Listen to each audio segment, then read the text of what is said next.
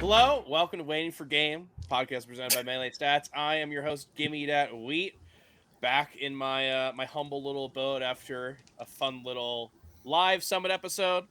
Here with me, we have my good friend, absent for the last episode, of course. It was a summit live episode. He just stayed in his little house in his little town. We've got my good friend, my co-host Edwin Bunning, the only person who wants to smoke out Hbox more than blue. Happy What birthday, is going Edwin. on, Edwin? Happy birthday, Edwin. Thank you. Well, I guess the first thing I'll say is happy birthday to myself and Wheat, and the third legend of Melee Stats, Pokimane. Really grateful for all the work toward Melee that us three put together. I'm doing great. I'm ready to recap a really exciting weekend. Just a lot to talk about in Melee. I feel like we're in uncharted waters for the scene and kind of where it's trending, how our tournaments are turning out. And I'm especially grateful that we have two attendees here of Smash Summit 13, that we have both Sora and Blue joining us to just make sense of this ridiculous weekend. I want to start first with Blue. Blue, how you doing? What have you been up to? I'm pretty all right. I cleaned my apartment all day today. I did all my laundry. My girlfriend made my bathroom made our bathroom look amazing. But the part I did looks terrible, but my apartment's looking all right. I did a lot of cleaning today. Sounds like you had a positive day. It was a good day. Glad to be here. Not a COVID positive day, right? Correct. It's a COVID negative day overall. It is negative day. Yeah, and it's a blue day, but in the other way. That's clever. I like that. Now, Blue, quickly before we get to the other guy, that loud fellow over there. Yes. You kind of want to go quickly over what happened. You know, you did have to skip out on the last day of Summit because of a positive test result. But what actually happened from there? So the day of me and Salt woke up, I woke up the day itself was actually pretty hectic. I think weren't the shuttles late? They were an hour or two late behind, weren't they? Hey man, VIPs weren't allowed to go. I don't know. Yeah, okay, you're right. You got me. Very frantic, panicky morning. Everybody's walking to the store, came back. Sorry, I'm all over the place. I just woke up a little bit too, Josh. Not that long ago. Yeah, we were both late. But yeah, everyone went to down with you, dude. I'm ready to go. Yeah. Okay. We all went to Target, got back to the hotel.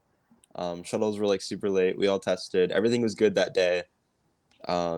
And then that was just the day that Dark Genix couldn't go, I believe, was the first day.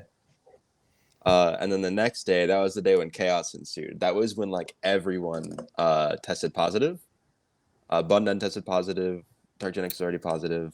I tested positive, which turned out to be I'm pretty sure a false one because I tested that night and it was negative, and that morning was also negative. So I got to fly home. So I was very grateful for that. I'm very happy to be home. Very, very, very happy to be home. I don't know where else to go from there. I was actually going to ask. Oh, you're going to say we? I was going to say it sounds like a chaotic experience, and now to go over to the chaotic experience in this show, I was going to point to little old you. So go on. What do you got to say?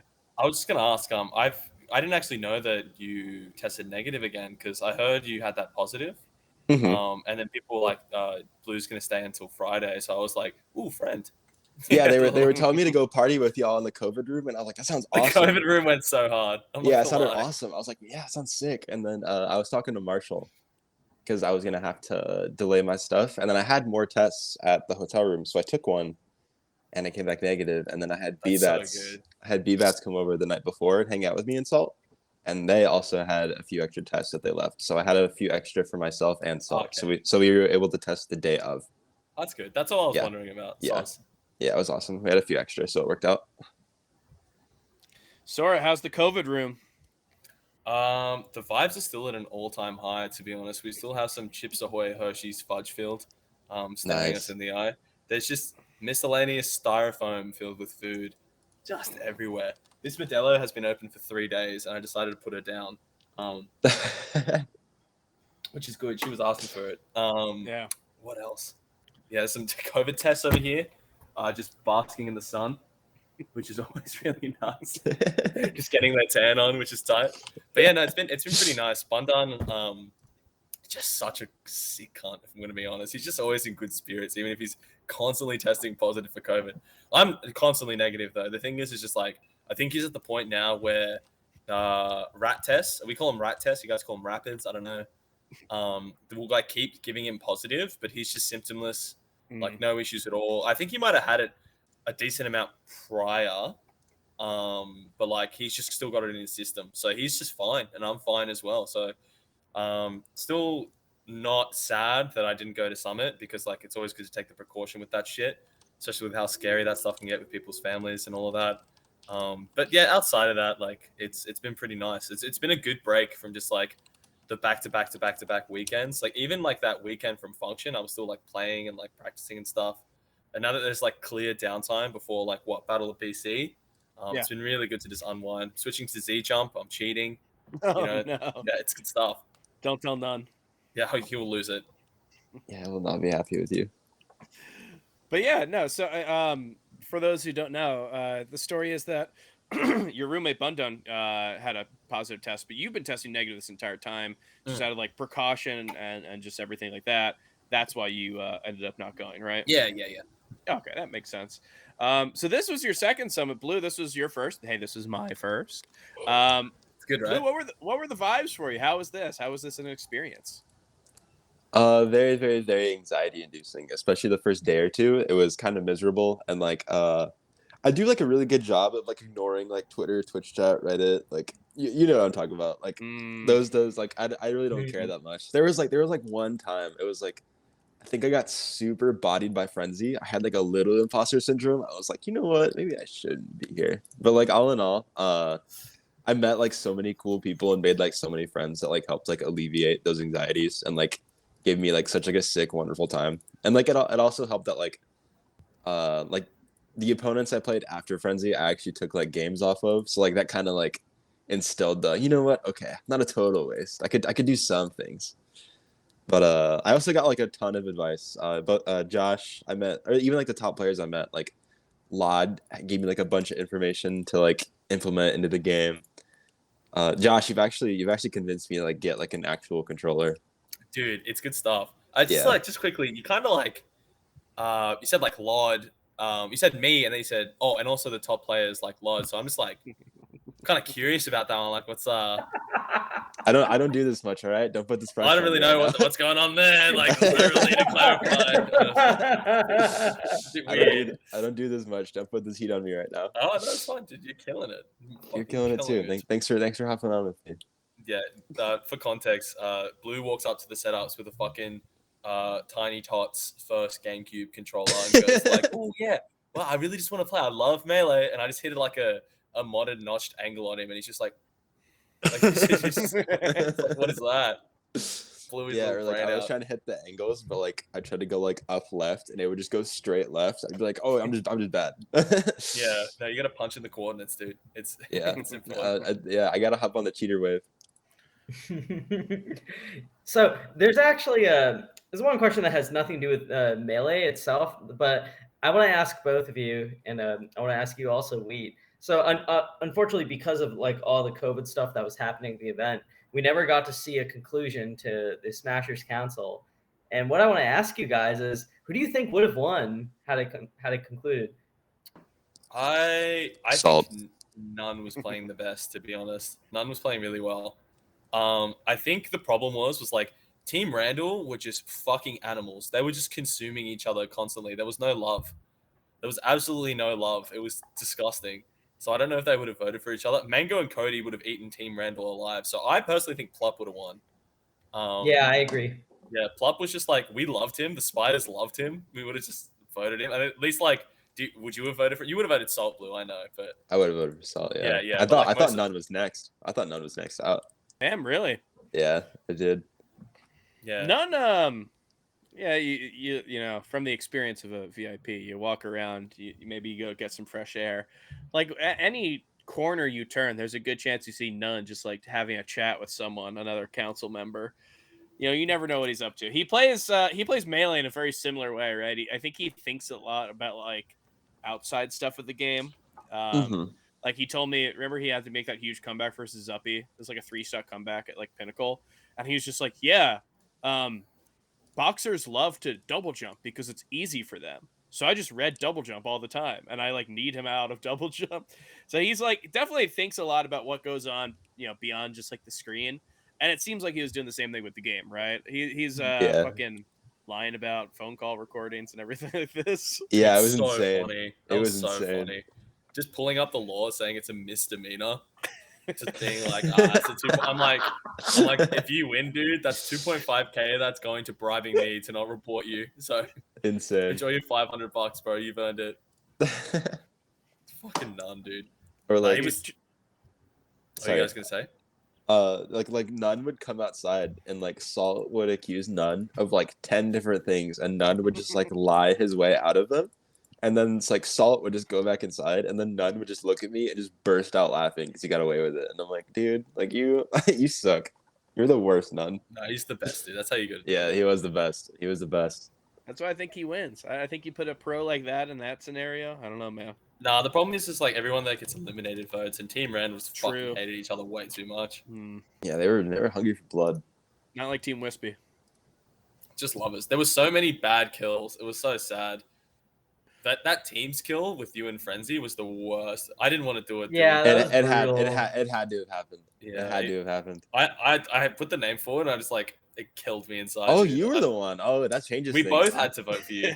No, you didn't have to do anything, Josh. That's what We I'm had saying. to. You didn't have to do anything. No, I didn't know no. about that. We'll talk about. So we'll talk Melee, about, dude. I love Melee. Let's get on that. We'll talk about that after this gaming, call's over. what? All right. Let's like.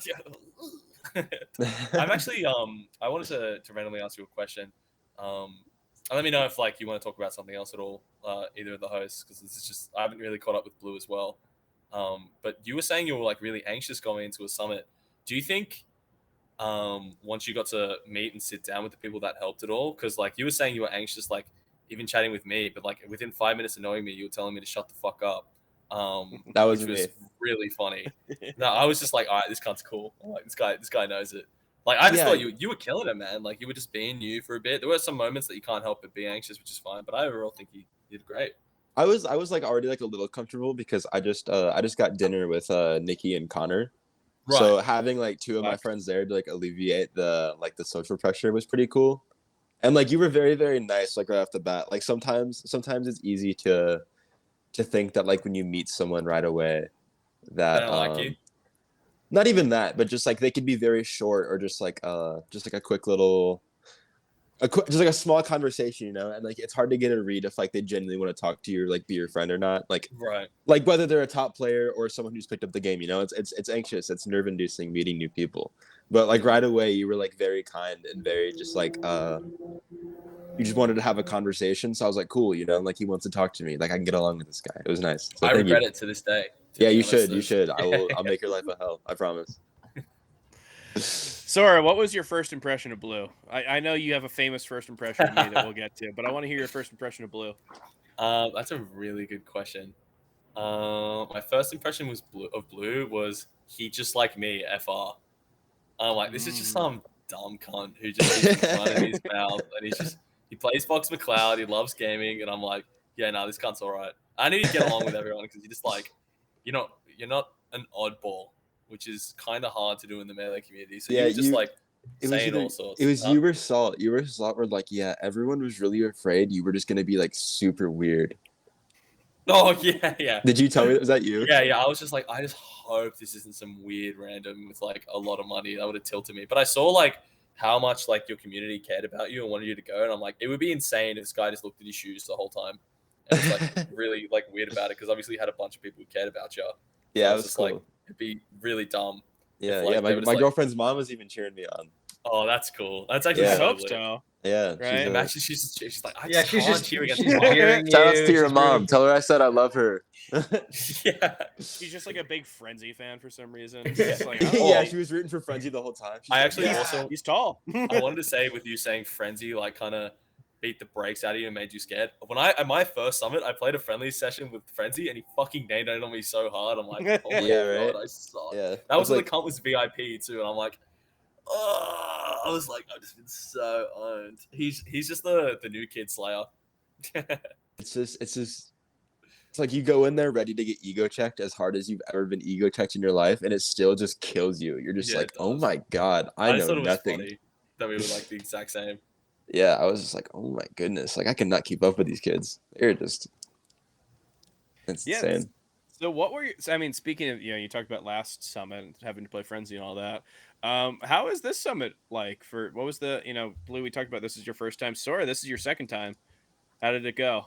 I mean, obviously, It's a lot easier going into the second summit, to be honest. You already know everyone. You can just like be like, what's up? What's going on? You don't have to like overthink, like, I gotta make a killer first impression, or this guy's not gonna want to play or talk to me anymore. Which I'm sure Blue was probably thinking something along those lines, like, can't be weird off rip.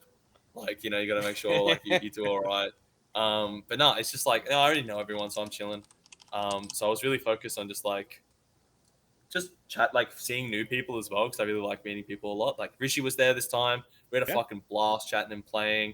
A lot of old places, like Snap was there. You guys were obviously there, and like I had a blast hanging out with you guys. For me, it was more of a play as much as I can, but also like catch up with people I hadn't seen in ages. But it was honestly a lot different this summit because Survivor was fucking brutal. Like it was like 5 hours straight of just like doing this, do that, go do this, smash council, go do the activity, go. Like I didn't like actually finish a meal like at Summit. I'm not exaggerating. Out of the 4 to 5 meals I had at Summit, every one was interrupted by a smash council thing. Damn. There was no like, if you were in it, there was no real downtime like after playing to like do your own thing. It was just go. So that's something I personally didn't like. Like I did enjoy the game, but just the amount of time it took was brutal, especially on the last day that I was there of pool starting. Was get in at 10 a.m. to play Mafia. I got killed instantly. Hungrybox was late, so it was just like, what the fuck did I get out of bed for? Because I don't have to do anything until 3:15 p.m. I was just so tilted. I was like, oh, why? Like, why am I here? I didn't have to be here this early because now I got nothing to do, right? Game kind of became all encompassing compared to last summit, where there was no, in my opinion, no real theme or nothing really crazy about it. Like the mini games were really fun for the first day, and then it was just gaming. At least that's what it felt like to me. And I personally prefer that because while I do like to have fun and muck around, it's about the game at the end of the day. So I would prefer if they kept it isolated in future, like the previous summit. But in saying that, I still had a good fun playing Smash Survivor. It was still fun. And also, you got to spend like 4 or 5 days there at the last summit. Yeah, true. That is also not true. really the case here. By the way, we reached out. Ken Chen wanted to let you guys know that this is like making up for you guys not going to the last few days of summit. Like they can't get you to the next summit. There's nothing like that. So as a consolation prize, you guys get to be free guests on Waiting for Game. So, are you serious? Yeah, no. This is your this is your makeup call for having to miss the last few days. Holy shit, dude. Wow. Thank you so much for the opportunity. Modelo and put a laptop on my knees. This is just, I'm at Summit. Bro, I'm here. Enjoy it while you can. It's like, I mean, imagine we've got some Raising Cane's or Papa John's. Hey, even better. Papa John's. Shout out to Papa John's. How much? Okay, I'm going to ask everyone here, starting with Edwin. Edwin, how many slices of Papa John's did you eat in the past week? 0 slices. Okay, how many Papa Dias? 0. Okay. Blue? Papa John's slices, I probably had about like 3, but I had a lot of their sides. They had good sides. Did you try the papadilla? I didn't know. I watched someone eating it, and like I envisioned myself eating it, and it made me feel bad about myself, so I didn't try it. It was good. It was a mistake, but it was good. It looked delicious, yeah, but I couldn't do it. I'm sorry. It had a lot going on. Joshy? Dude, fuck pizza, dude. Pizza makes my fucking tum hurt. It's just ooze factory, man. So I'm just a lot of slices going around. A lot of slices. Yeah, that was the one thing we had. They kept bringing slices over. They kept bringing pies over on Saturday to like the isolated VIPs. Can I just ask a question? Can I lie down while we do this? Can I? Yeah, you can do that. Yeah, this is cute. You look great. Oh wait, but before we get into it, so you talked about your first impression of Blue. What was your first impression of me, Sora? I can't remember. I think I was stoned when I told you. You told me I was too business casual. You were very business casual. I wanted to see the man under the cloak, dude, but you didn't show. I think the DMs, the first DMs I sent said like, "Hey Josh, you want to be on a podcast?" And then you said, "Yeah, I've got to figure out like my Smash World Tour flights, but I can do it." And I was like, "Oh, I'm booking your flights for Smash World Tour." And That's that was business it. casual, dude. That's business cat. Should I not have revealed that I You should have work? dropped in a wooga or something. just let me know that you're a jokester, dude. Because how am I supposed to tell off for it? Should I have done a couple like Pepe's? Yeah, should have Pepe laughed. I'm booking your flights. I think you gave Sora a better impression than I did. You What? ghosted me live. You looked at me, and then I looked at you and smiled and gave a polite wave, and then you looked away and kept walking. Not even capping. It was awful. That's so good. It I scarred was me. I was just not in a great. I was not in a totally aware state of mind that was night this at Gen. This is at Genesis. Yep. Yeah, this is when me Okay. and Edwin, SF were you watching. can't be going to Genesis and giving us bad reputation like It's this. true. That hurt This my is when feelings. me and I almost didn't SF come on here because of that. Yeah, when me and SF were walking back to the bar we were at to get SF's backpack. Oh God, no! You were gone that night. Isn't SF like 16? No. First off, this is a cop podcast. Waiting for Game feels very passionately at this.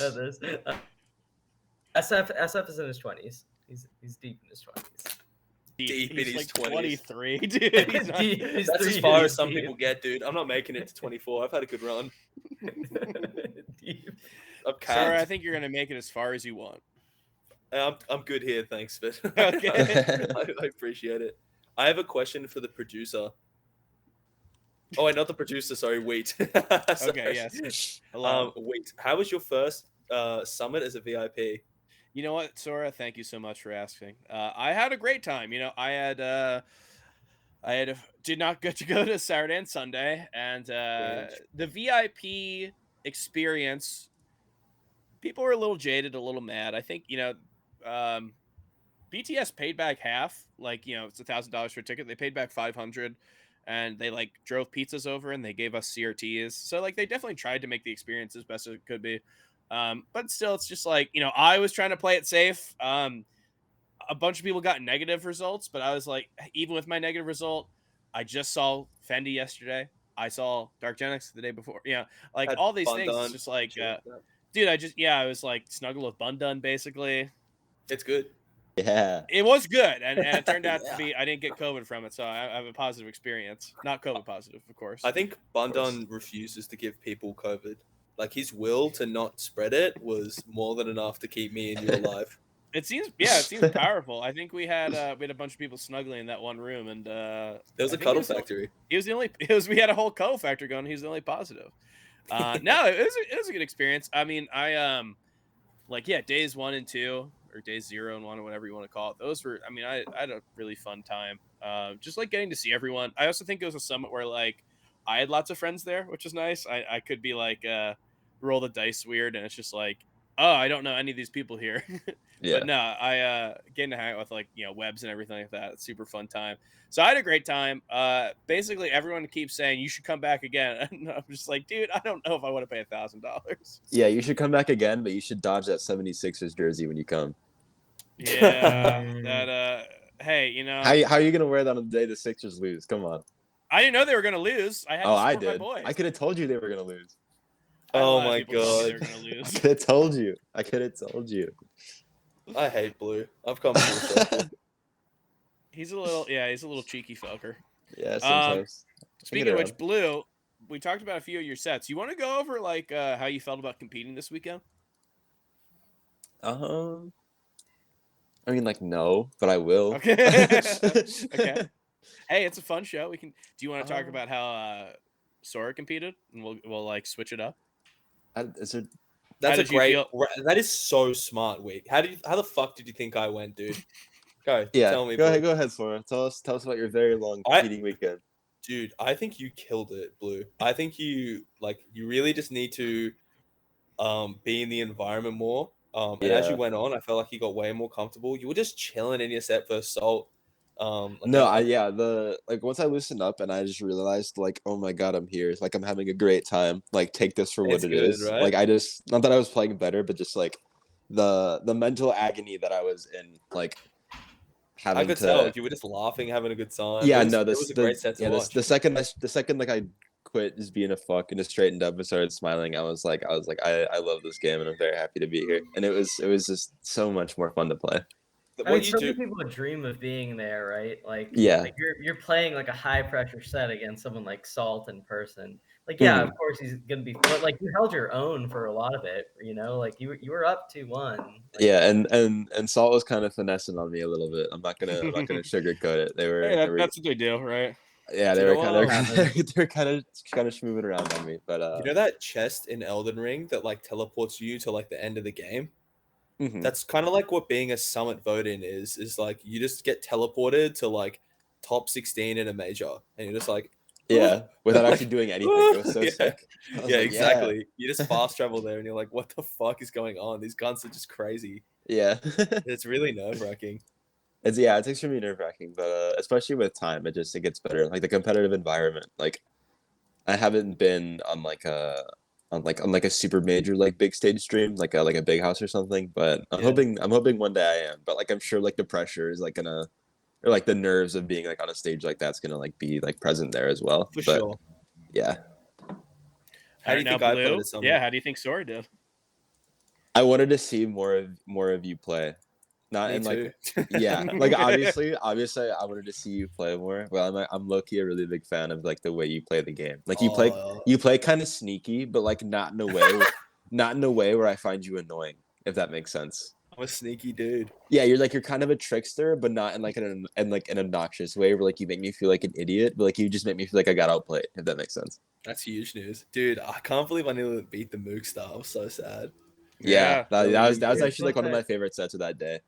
Yeah, I just tried to camp the fuck out of him because I'm so sick of getting ledge dash up tilted by Jmook. I was at home just like sitting at the TV, clutching a pillow. I'm like, Leffen, look, I love Jmook.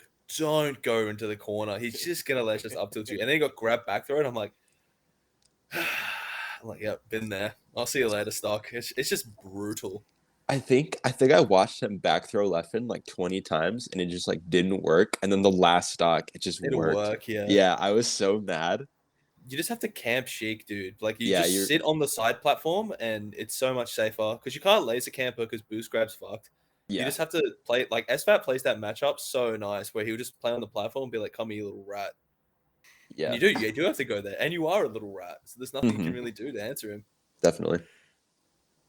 Well, yeah, let's get into it. This was it was a little bit of a scuffed summit, but I think what we ended up seeing ended up being some really good melee. Edwin, you weren't on our last episode. We were in sunny Ontario, California-esque area. I'm not going to leak where the actual summit is, but I will say I flew into the Ontario airport and let you find your way there. But yeah, you weren't on our last episode, so you didn't get to say who you thought was going to win. I think everyone did I feel like Zain's going to win, but and then they say someone else. Going into this, yeah, what were you thinking? Yeah, I thought Zain was going to win. I thought I didn't think it was inconceivable that he would lose. I thought it was possible, but I'll say this much: he is like the head pick for who will win an event like this typically, right? Who's the heart pick? Well, the heart pick honestly would have been Zain. I think I was just very comfortable in his matchup spread, but I was not comfortable enough to not bet against him, which is what I did over the last weekend. I ended up going positive in my bets. So basically what I did is I set odds for all of Zain's opponents, and I just bet against Zain in every set with those odds against people who would accept the bets. And because Lod beat him, and because Lod, Plup, and Jmook beat him on the weekend, I ended up making a bunch of new patrons and money from that. So yeah, you did. Yeah, I just thought what were the odds? What were the odds for these two fellas right here?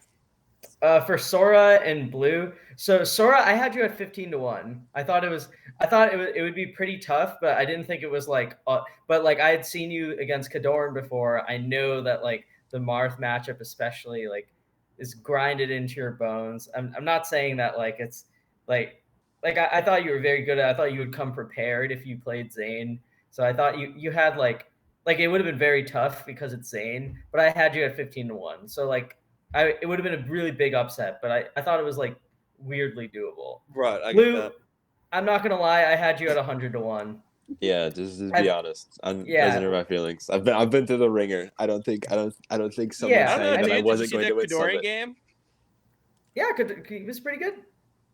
I saw the Kadoran set. It's solid. What, Zain is just I a didn't say different set. I beast. said game. Did you see that one game? Don't watch the The set. singular game. Yeah, that's what I want What to are be the known for. odds now Thanks, after Wheat. that one game?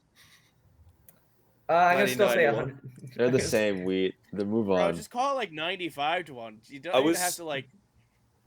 I was screaming No, at the this is TV ruthless. for blue set. I was just like, "Don't fall for the magic tricks." And I'm like, "Watch, Kadoran's gonna do this, and then he's gonna grab blue because it." No, looks I so was getting tight too and spicy." saucy. I was like up on Yoshi's. I have this thing where like I'm just like bad against Marth, but then like the one day I play good against Marth, I just think I have so much swag and sauce, and I'm like the coolest player ever. But then the second I get saucy, I just lose, and you know what? I got lost in the sauce. Yeah, you gotta say bone dry, bro. against Yeah, the man with the literally. blade. Dry Blue, rub. you know Really what? was. Same thing happened to me versus Bun Dun. I was Oh, going off. no. I would feel so sauced up, and then I look over, and I'd only have like one stock more than he did. I'm like, why am I so saucy right now? He was Yeah, telling right? me that you sent him the slippy replays of your Iron Man, and he was like laughing his ass off. Why We did had you a do pretty legendary Iron Man. that? Yeah, so Hey, just the data's out there. I just wanted to give it to him, just in case he wanted to like relive the memories. So Blue, just for reference, the way I got to 101 for Dark Gen X and how I translated that to you was the fact that so I had two extreme comparisons for this. Okay. Buster Douglas, whose legendary upset of Mike Tyson was often considered a 42-1 odds in that set, and that's considered like one of the biggest sports upsets ever. Yeah. Another example of a huge sports upset was when Rulon Gardner, the American wrestler, defeated Alexander Karelin, who, just like for reference, imagine if Armada was around, but he just four-stocked Mango and Hbox every game for like 10 years.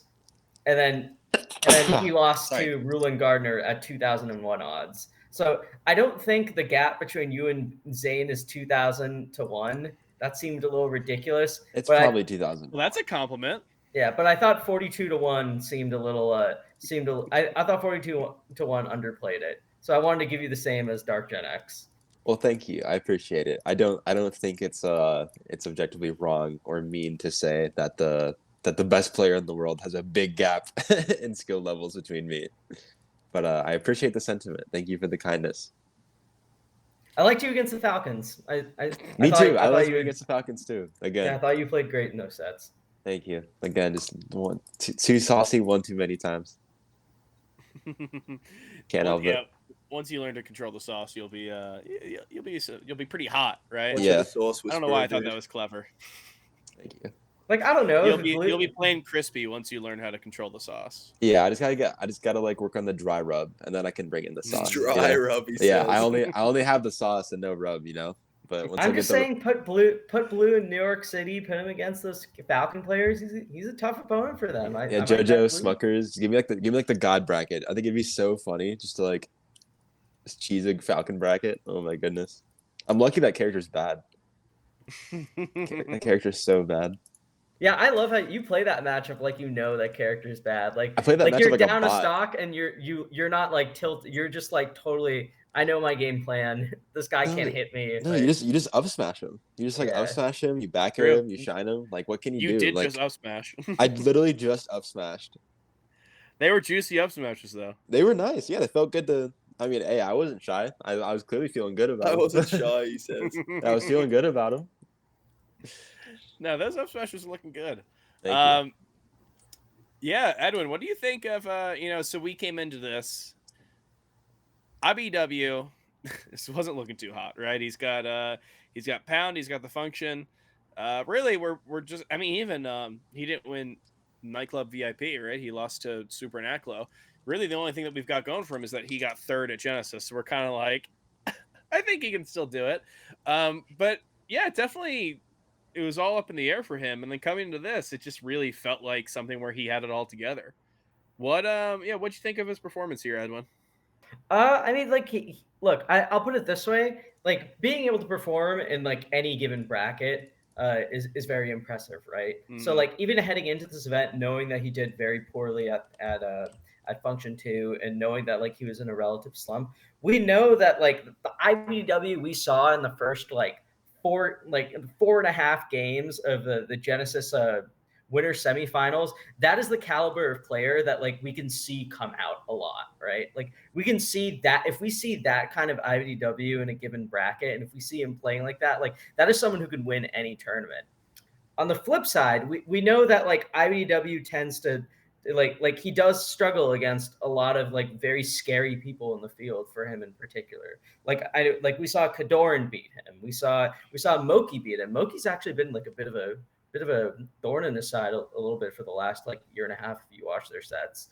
But like there's all these players that I think are like scary for IBDW in an open bracket. But like you look at the history. I'm all about history. You look through the record books. You tend to find patterns and trends. And for whatever reason, I just think that this format is like this invitational format is very good for IBDW. I feel if I were to guess, I think it gives him time to prepare. He's like grinding melee all day, but it's not like in a super major like open schedule. I think he got a good bracket favorably. Like he drew none early. We know I know he has a drop set to Salt, but that IBW versus none is a matchup that he's completely turned around and has looked very dominant in. We know that none hates that. None hates Z jump. Z jump. Oh, he's such a hater about the Z jump. Yeah. It's actually a little funny, but it is very. But I would be mad as fuck too if I just got tier listed like that. He played Jmook after that, right? We saw Jmook beat him at Genesis, but and we know that he dropped a set to Crudo at the function too. But he came into this rematch with Jmook very prepared. I think he played the game plan, and the way that set looked is how I thought it would look at Genesis, right? I think he got the Genesis set out of the way. I think he like came back with a new plan, did very well. Then he beat Hungrybox and he beat Plup, two people that we knew he could beat. So I think with regards to his performance at Summit, it's not that he showed us something that we didn't know that he was capable of. It's that we saw IBW given a bracket and given like a group of opponents who we knew he could do well against, and proving that he could still do it. And showing us that like he's able to hit that peak given like what we think is the best kind of outcome for IBW. We saw that outcome is possible and he can still capitalize off of it. Right. Which itself I think is like, again, I'm not talking gameplay. I'm talking purely just you look at a bracket, you see matchups, and you predict how people do. And I think like what we saw from IBW was not so much like astounding, incredible play, like where he just like dominates everyone thrown in his path, like Summit 12. We saw him be given a set of circumstances, and as the field is crumbling around him, he is consistently doing the things that we know that he can do, which is not something that everyone can say that happened at Summit. Edwin, I've got one question for you. Is this a Mickey Mouse Summit? No, I don't think. I do not think this is a Mickey Mouse Summit. I just think that the field is different. I agree. Good call. IBW. Yeah, you won't catch me saying IBW won 2 Mickey Mouse Summits in a row. But no, you talk about Jmook, right? You know, we saw the whole set at Genesis, obviously the 3-0. Yeah, this seems to be kind of more in line with what we're thinking. But like, you know, going to this tournament, Jmook was the big question mark, right? We like wanted to know how Leffen was going to do. We wanted to know how Mango was going to do. But we've seen these people for years. We have like an idea. Jmook is literally, you know, like that is unprecedented territory. That's, you know, hey, you know, Armada got second out of Genesis way back when, right? It's like you're trying to figure out what this means. Did Jmook just have the God bracket and just like the hottest hand he's ever been dealt? And he's like a top 20 player, or is he a top 5 player? And I think this is a really good run for him because even though he lost to IBW, even though he lost to Plup, 2 people who he beat at Genesis, he had so many wins that like were all question marks, right? You know, he does the Zain win. He beat Leffen. It's just like there's all these things that when you look at his Genesis run, I think if there's any doubters, right, it was like, well, he got destroyed by Zain. He had Leffen DQ'd, and it's just like, well, I think he kind of answered that, right? Yeah, he just he made up for it. Dude, he seems to have an all-around package. It was really fun getting to see him and Plup both do well at the same event because it felt like they played differently. Sora, I know you've got your own little Sheik, J-Lai. What did you see? No, you've got no Sheiks anymore? No, dude, not since the incident. Not since. Okay, well, there was a Sheik at one point named J-Lai. And Sleep well. Rest in peace. But what did you think of these Sheik players that we saw?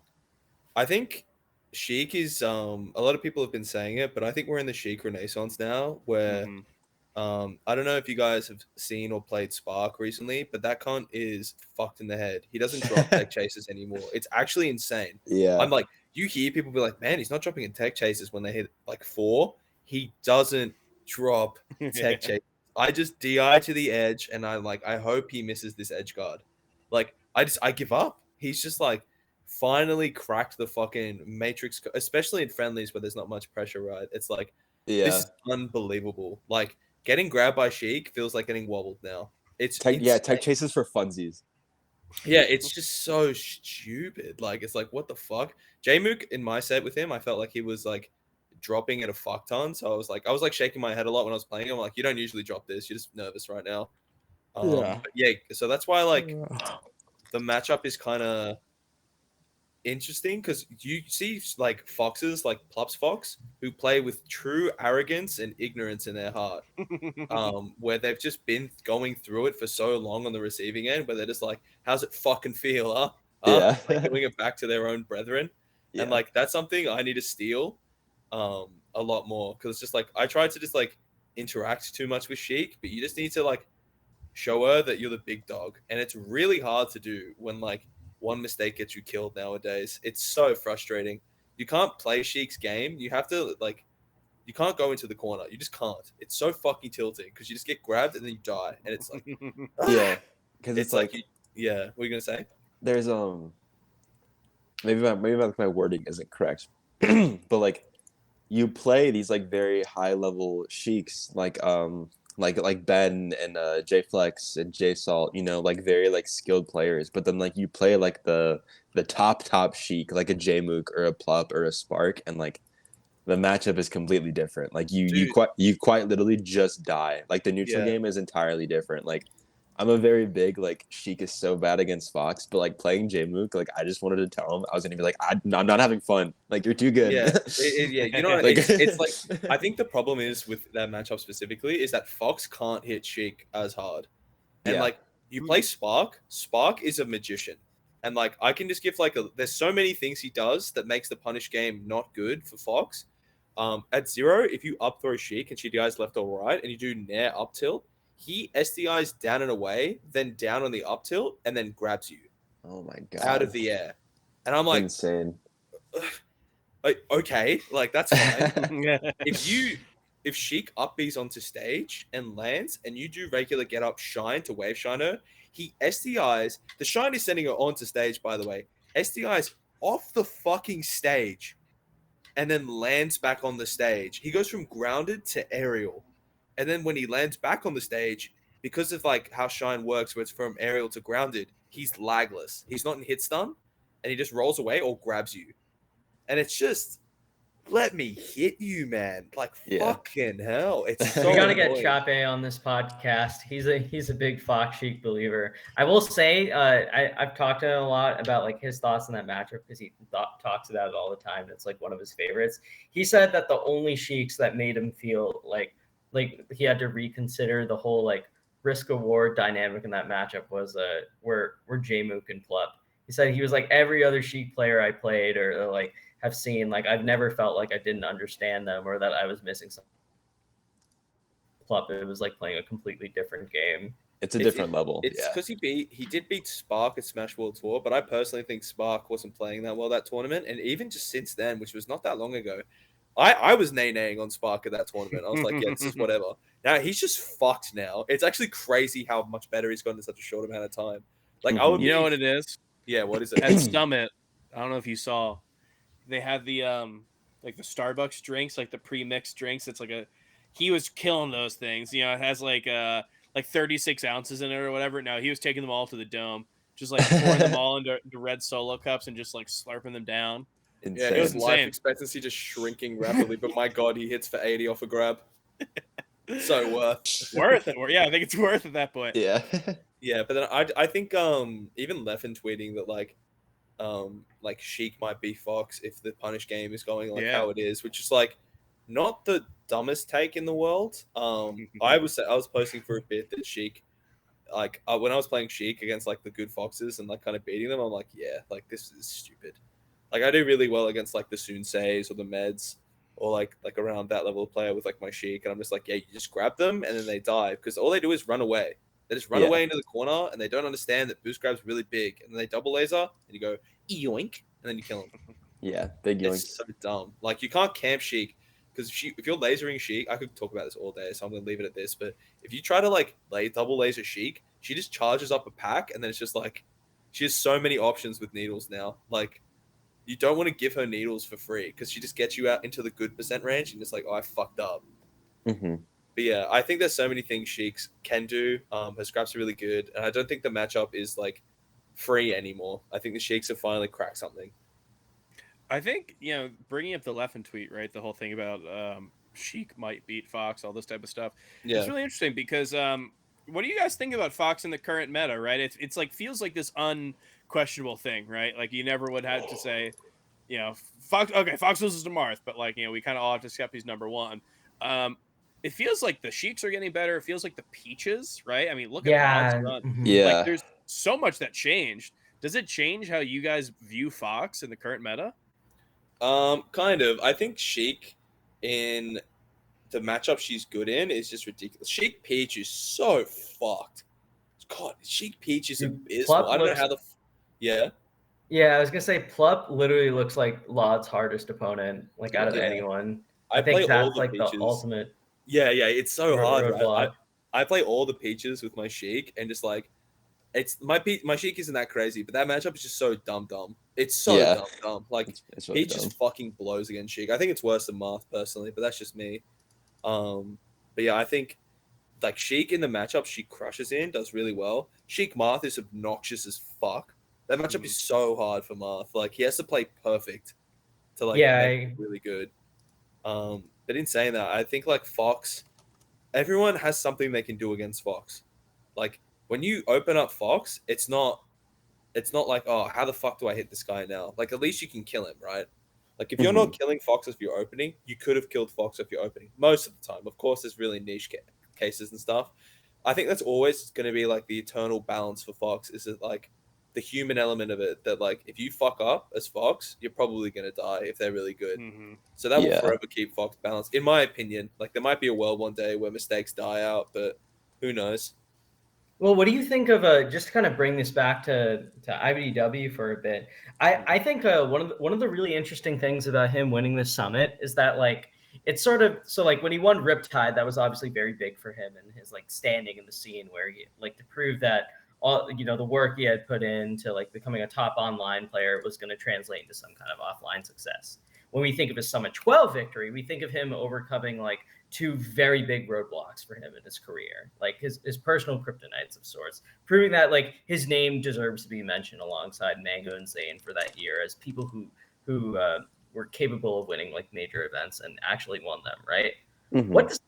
So like when we talk about this third major victory, this Smash Summit 13 victory, I think it's kind of cool because I feel like it doesn't carry the same type of significance as his first two victories, but it almost like sets IBW and his like legacy in the scene and like the way that we think of him and like his place in competition on a completely different chart, right? Because it's not that he won a big event and he accomplished this short-term goal, or he won this other event and beat like his two biggest demons. Now we're in this period where we have to start thinking about like, IBW's place in history, right? His place in the scene. Like this is someone that like we not only did he accomplish these two things, we might see more of it this year. We could see it happen again. What does this mean for his legacy as far as being a competitor, or even just his approach to Fox winning a major with him? What are the implications of this victory? This is something that I've been trying to wrap my mind around for a little bit, and I feel like there's so many different directions we can go. Edwin, give it to me straight. Is he top 15 all time? Yeah, I think so. Give me a number. Let's go. I'm gonna say like preemptively like 12. Yeah, it was my thought too. 12 or 11. I also wanted to. This might be like a little too fast to say, but like it's been like a long time since we've had like a best Fox in the world that wasn't Leffen. And this might be like an okay time to safely say that like Cody's probably the best Fox player in the world right now. Oh yeah, easily. Yeah. Easily, you know? And like maybe that's like I don't know, it's not incorrect to say at all because like obviously like circumstances are different and like I'm a huge Leffin fan myself and I do like Cody. I'm not saying I'm not a Cody fan, but like getting into the game and just having like Armada was kind of on his way out, but like Leffin was always like the Fox, you know, to like emulate, be like try to learn from, and like I think it's very cool that someone has like rose to that rank because like Leffin's kind of always been the best like solo Fox for like a very long time, you know. Yeah. And I think it's really cool that we have like a new face for the character.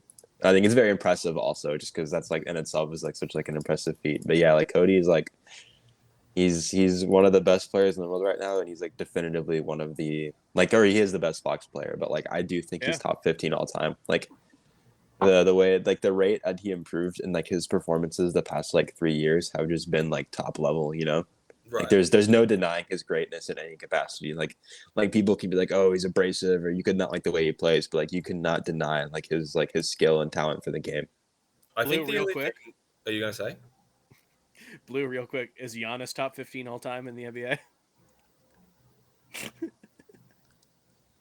Wow. Go Yeah. Good words. Yeah. Okay. So is Giannis like the IBW of the NBA? That's a cute comparison. Yeah, I like it. No, it's not. Funny. You know what? It's a very You know what? funny comparison. You know what? I'm gonna say it right now. Giannis is not top 15, but give him like 2 Okay. years. Give him like the rest of his career. I think he'll end. I think he'll end as a top 10 Let him player clean of up all some time. matchups. He'll get there. Yeah, I think when Giannis retires, I think Giannis will be a top 10 player of all time. I'll just say it. For Do me, you think like when the main IBW thing. retires, he's going to be top 10 all time? Definitely. Yeah. No, So it really That's seems a like he's good the comparison. Giannis. I hate this. I hate Okay. this too. All right. Do you want to Sora, talk you had about something you wanted to say Australian about it. rules football or something? Oh yeah. No, now it's enough of what I was gonna say. Let's talk about some fucking rugby, mate. Let's get on it. Sorry, what were you about to say, Sora? I was just gonna say, the only thing that's like stopping Cody in my mind from being like, I guess like immortalized in the history of the game is like big stints of just like back-to-back victories. You know what I mean? Like I felt like we had that with Zain, where it's like Zain's probably gonna win. He won. Zain's probably gonna win. He won. This happened in the online era, of course.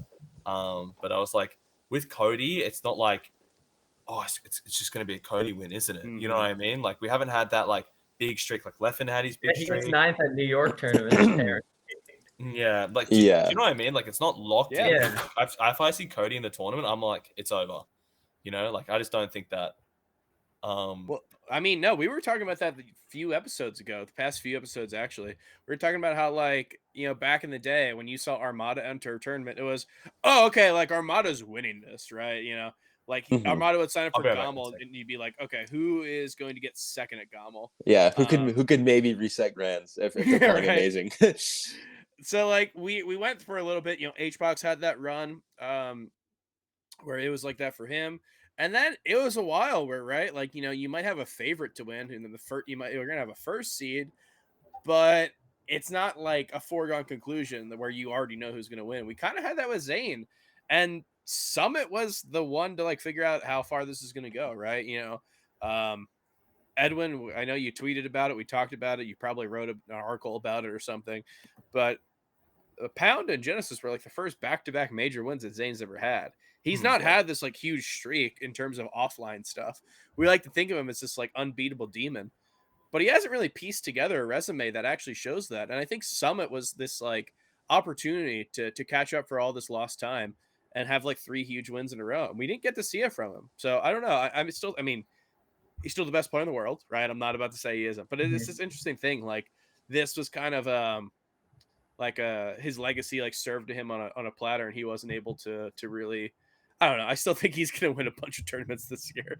Losing Summit, you know, that's not going to hurt it. But it's an interesting thing to think about in that kind. Yeah, and I think it's worth noting before anyone gets mad at what you're saying, we're holding Zain to incredible standards here because we've seen like flashes of that, right? I think subconsciously, like when we're saying like, you know, this is handed to him on a platter and, you know, it's dropping the ball. This is specifically within the context of comparing Zain to some of the greatest players of all time like the reason why we're holding him to that standard and we're bringing that up is because we see like that kind of potential in him, and we have seen that kind of potential for his name to be there as literally like one of the greatest players to ever play the game. I mean, honestly, there's a reason why, you know, when I talk about Zain, I talk about Armada, and I talk about like the most dominant Hbox and all the stuff like that, because like Zain's current trajectory is easy top 5, right? Where I was like, it's insane to say this. I think Zain,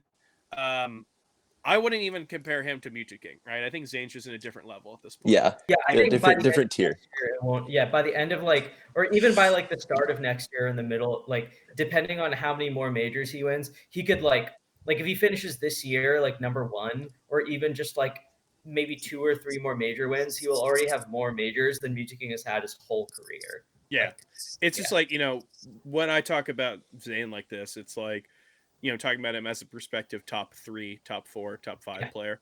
But yeah, let's talk about the top 5 right now, because we saw, you know, like every tournament I think was like really confusing. Like I didn't know what to take of anything, right? What does Jmook getting second in Genesis mean? What does you know, IBW getting 9th at Pound mean? What does all this mean? And like every single time a tournament happened, I thought I would understand Melee more. I just understood it less. But Summit like kind of, I don't know, and made all these like weird results. It kind of made them make sense a little bit. And I think we're able to piece together like an okay top 5. Obviously, you know, we got to say Zain. Zain's, I think, does anyone here disagree that Zain's number 1 in the world? Yeah. Yeah. Yeah. Oh, okay. Okay. So we, Blue, what do you feel?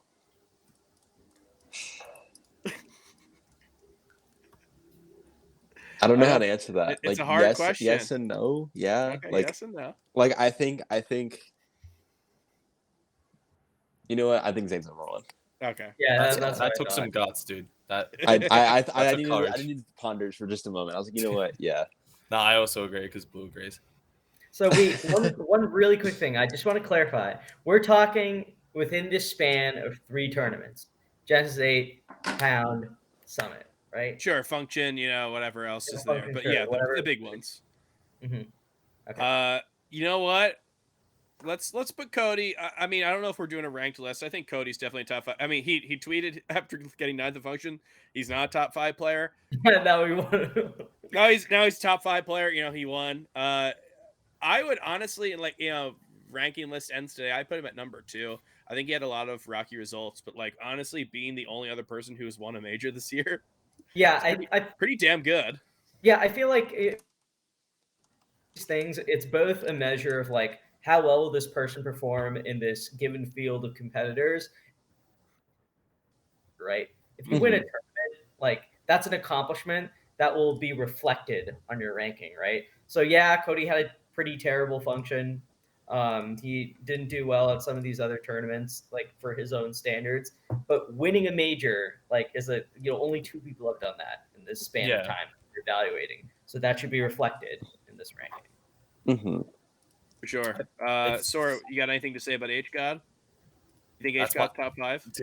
I think H God is top 5. Yeah. Dude, I just need the people to know that Bundan is the biggest. Bundan and SA Nick, the 2 people that came in with this amazing journey, are probably the 2 of the biggest Juan fans I've ever met. Oh, they're H fans? Oh, beyond H fam. H-Fam Nation is sitting pretty right now. Yeah, just like Bundan just spelling out. Hold on, I've got celebrity guest here. Let's go, Juan. He loves Juan, dude. He successfully spelt out Hungrybox's name with a "Give me a H." Unbelievably long. It felt like a lifetime, but no one puts in the effort he does. And just from that, I actually do think Juan is top 5. I feel like whenever I see him, like in matches where I'm like, this should be over, like he just does it. You know what I mean? Like I just don't understand it. Like I don't see him losing to Kadoran. I just like when I see him against Mango, I'm like, yeah, those are a little rough right now, right? I'm like, yeah, probably. I don't see him losing to like the online era where Juan can lose to anyone. Outside of online, of course, is like kind of dwindling. Like when Juan loses to someone like, I don't know, like if Juan loses to like Fiction or like someone along those lines, I'm just like, whoa, that is big. You know what I mean? Yeah. Like it's massive, or like Ginger or something along those lines. Just those players who are more than capable of beating these fantastic, like upper echelon ones. If like he loses specifically, him and Zain are like the two. I'm like, wow, that was big, and I think that has something to do personally with character. Character consistency is something that's massive. I feel like that's really helped Zain with just like cementing like his place, because like I feel like Marth is a bit more consistent than Spacey's. Like I don't not really a crazy take, right? Same thing with Jigglypuff. It's just how the characters function, like how hard they get punished for their mistakes. So that's why I feel like that's what pushes one into the top 5 for me. And not Bundan pointing a gun at me in the corner right now, but yeah, that's just like the biggest. Yeah, there's quite an aura about him. I think that I was explaining it on the Uber to the Ontario airport that it's like it's weird being in the scene before and after the pandemic, because a lot of things are different. One thing that's hugely different is how we look at HBox. It's just like I feel like he's done some weird stuff since he got back. He threw a chair into the audience at Pound, but he's just like we all watched his stream, whether or not you want to admit it. Like we all watched his stream throughout the I was there pandemic. every day. He's just become a cartoon character. Like it's like Homer Simpson doing. You're not going to admit a Homer Simpson, right? When Homer Simpson like crashes his car, you're not going to be like, how's he going to pay for that? You're just like, oh, that's funny. He crashed his car. He actually threw the chair at us. We were the floor gang, and he threw it directly at us. But I said thank you. I appreciate it. That's the thing. If he throws a chair in the crowd, everyone's just like, that's funny. So he's got like a really weird HBox. Like I don't think I don't know if you can get mad at him right now. I think it's like politically incorrect to get mad at HBox. Yeah, I agree. I was a bit tilted at the pop off against Plup, to be honest. Like, yeah, I'm all good for like a good pop off. Yeah, that one was that jarring. That was egregious. Like that was That's jarring. a very frightening pop off. Yeah, like there's just like definitely levels you have to go for, and like the one against Lod as well, like screaming that hard mid set, and Lod is just like, let's just game. Why did Hungrybox unplug the Red Bull when he beat Plup? Is it because he's sponsored by or Liquid sponsored by Monster? Why did he unplug the Red Bull? Why? I don't know what's going on in that guy's mind. I will timestamp it to you right now, Sora. I think I have it pulled up. Honest Blue, this is like like 10th grade English class, and then you have to like write an essay on like what the symbolism of the green light and the Great Gatsby means, like, right? Yeah. Like honestly, dude, I think this is like an open-ended question. If anyone wants to send in like a 10-page essay on why Hungrybox unplugged the Red Bull sign, go ahead, because I need some ideas. Yeah. Like I don't know why it happened. Yeah, so Plup obviously sponsored by Red Bull. Hungrybox not sponsored by Red Bull, but like I'm pretty sure Team Liquid's like Monster, right? Yeah. Is that true? Like someone was like, yeah, like his phone is plugged in next to it. He thought he was unplugging his phone. I'm looking at it right now. I don't see no phone. Please plugged link into this to me, dude. Okay, I have a timestamp. I got you. I think this pushes him further into the top 5, but that's just me. The arrival of a sponsor. This was like he fist bumps and walks up and just unplugs the Red Bull. Yeah, man, I don't. He didn't grab anything. He just unplugged it. It's like watching the Zapruder film, right? I'm just like, I like gotta watch this. And he knows we can still see the Red Bull. Oh my god, that is crazy. He knows we can still see the Red Bull, right? What? This is insane. It's like not like wow. Like my thought process is, he knew that clip was gonna be everywhere. And so to save face for a sponsor, he just unplugged it. He's just like, oh, look. I think he's just like operating at a level that we cannot perceive, right? Yeah. At what was it? It was like Evo 2018. It was way back when. He got like destroyed by Wizzy first game 1 of like a best of 3, and he just like puts his hand on his chin like a fucking thinking emoji, and like the camera goes right to him. Yeah, he knows. He's playing a game larger than Melee. You know how he's self-aware. He's self-aware. Like, I talked about how Nunn, he thinks like more. Nunn's talked to me about like stuff with controllers. How he knows like if someone plays this controller, he's going to play differently.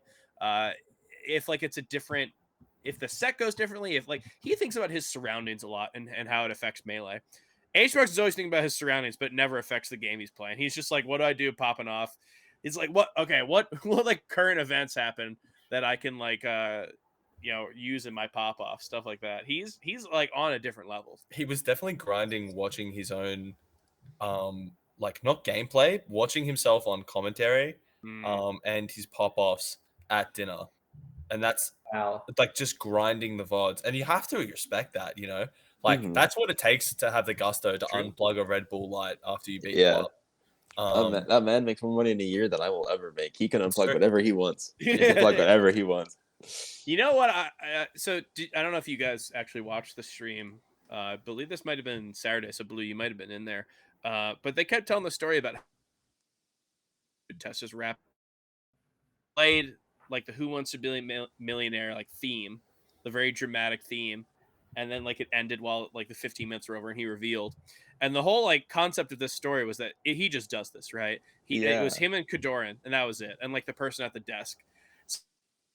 Story is that he just is like this all the time. Now, Blue, I want your opinion on this. You are somewhat of an Hbox. I think you understand Hbox. I'm full-on H fan. whisperer. I'm H fan, but I resonate. Oh my god.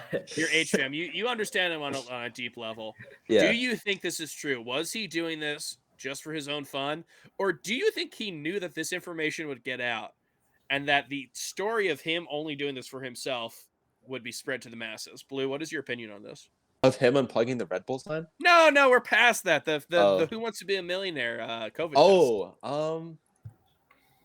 Because the story got told as he just does this all the time. But do you think he knew that the story was going to get told, and then therefore his audience gets information? My brain hurts. Okay. I feel like there's a great Sopranos quote. I forget the specific wording or whatever, but Artie Bucco tells it to Tony Soprano. Do a voice. No, I'm not gonna do it, Artie Bucco. I need to study my Sopranos impressions. Just do any voice. This will make up for you not saying hi to me at Genesis. Please do a voice. I can do a Tony Soprano. I can't do Okay, do it. Bucco. Say the Artie Bucco. Say the Artie quote in Tony Soprano's voice. Yeah, something like you always know what's gonna happen. Wow, that was good. I like that. I think Juan is like so self-aware. It's like this crazy like push past the boundary of like social norms. I agree. And, I wholeheartedly agree. Like he's stronger than me. Like he knows what he's doing, but it's the fact that he's so shameless about it that lets him get away with all of this. He's so committed to the bit. He's not even committed because that's just so true to who he is. He doesn't even think about it. He doesn't even think that he's committing. He's just being Juan. And Juan is so pushed far the boundary of like what is considered sane and what isn't. He's Do you think you would have seen under the hood if you smoked that cone with him, bro? I actually, it was probably good I didn't. Like the entire way there when we were going to shoot our skit, it was the driver, me, and Juan in this van, right? And Juan had this. Edwin, I don't know if you've heard the story. I might have told Wheat. Juan had this like emulator Game Boy thing. I forget what they're called. They're really cool. I think it's the Analog Pocket. Thank you. Yeah, I spent like a minute or like a few minutes telling me, like flexing it, like, yeah, these are $200, but like resale they're like $800, and I'm like, nice, man. I have $20. And he played this Game Boy so obnoxiously loud, like jarringly loud, like very loud volume, and like didn't get the hint that like, hey, like it's really loud, it's really hurting my ears. I'm just trying to like chill, right? And that's not even the bad part. Is we get there, right?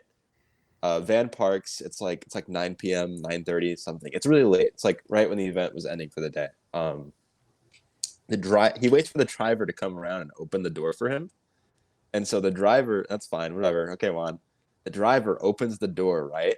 And Hungrybox, literally not moving a muscle, just sits there on his loud Game Boy, just playing for like 3 minutes straight. Like while the guy's like holding the door open, waiting for him to get out.